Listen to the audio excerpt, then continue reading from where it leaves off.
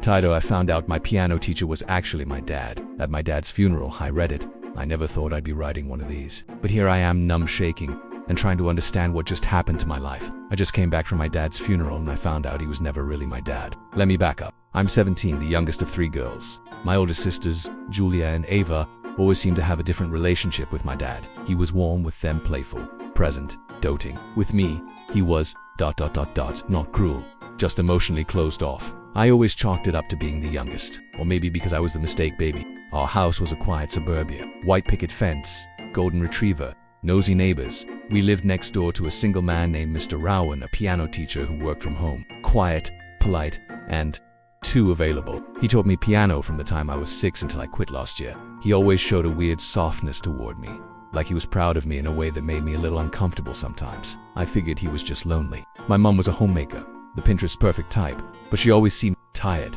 emotionally tired, especially with my dad. They didn't argue, but they didn't talk much either. There was no affection between them, at least not in front of me. Now, here's where everything begins to spiral. My dad passed away suddenly. Heart attack. No warning. It shattered me in the way that grief breaks through, even in relationships that feel distant. He was my father, or so I thought. The funeral was quiet, mostly family.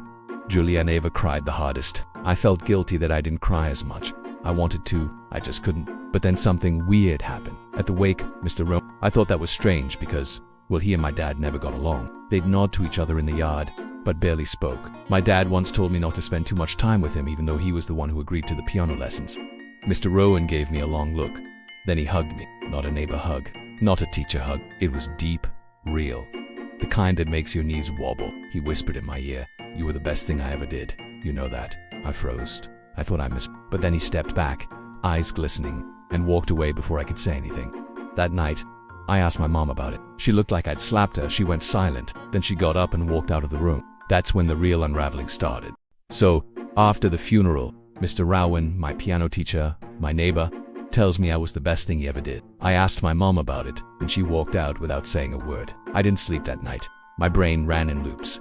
Was he being metaphorical? Am I overreacting? Why did my mom freak out? I decided to snoop. Not my proudest moment, but something told me the answers weren't going to come from asking nicely. I went into my mom's home office and found a locked drawer. After 20 minutes of trying random keys, it popped open. Inside was a thick manila envelope labeled simply, "For her eyes only." In it were old letters, mostly from Rowan to my mom, dated around the year I was born. One letter destroyed me. "I know you said it's best if she thinks he's the father, but I look into her eyes and I see mine. I can't keep this in forever. Maggie, I love her, I love you, even if from a distance." I read it twice, 3 times. My hand started shaking so bad I dropped it. I was Rowan's daughter, my mom knew. The man I called dad my entire life, the one I buried 2 days ago, wasn't my father. But wait, it gets worse. The day after, we met with a lawyer to go over my dad's will. I wasn't expecting much, but what happened next left all of us speechless. The lawyer cleared his throat and read the terms. Everything, the house, the savings, the stocks. Even my dad's old classic car was being split between Julia and Ava. Me, nothing. Not even a single sentence mentioning my name. I remember turning to my mom and whispering, "Is this a mistake?" But the lawyer kept going. Mr. Reynolds requested this statement to be read aloud. He pulled out a handwritten letter, dated 3 months ago, long before the heart attack. "To Julia and Ava, my beloved daughters, I leave you what I can. To Maggie, my wife, I leave no material possessions, for you've taken enough from me. And to the one I always suspected was never mine, you will find what you're really looking for next door." I swear the room went silent for a full 10 seconds. My mom looked like she'd seen a ghost. Julia gasped. Ava burst into tears. Me, I laughed. Not because it was funny, but because he knew. My entire life, he knew I wasn't his daughter. And he never told me, never brought it up, never confronted my mom. He just quietly stepped back, played his role, and waited to leave this final message. He left both of us out of the will. The woman who betrayed him, and the child who was the proof of it. That night, I went next door. I knocked on Rowan's door, and when he opened it, I didn't say anything. I just stared at him. And he whispered, "You know now, don't you?" I nodded.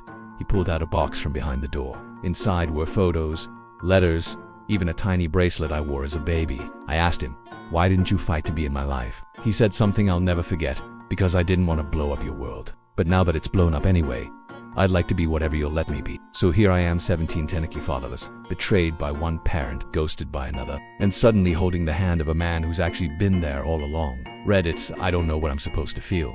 Rage, sadness, relief. All I know is, My life isn't the story I thought it was. It never was.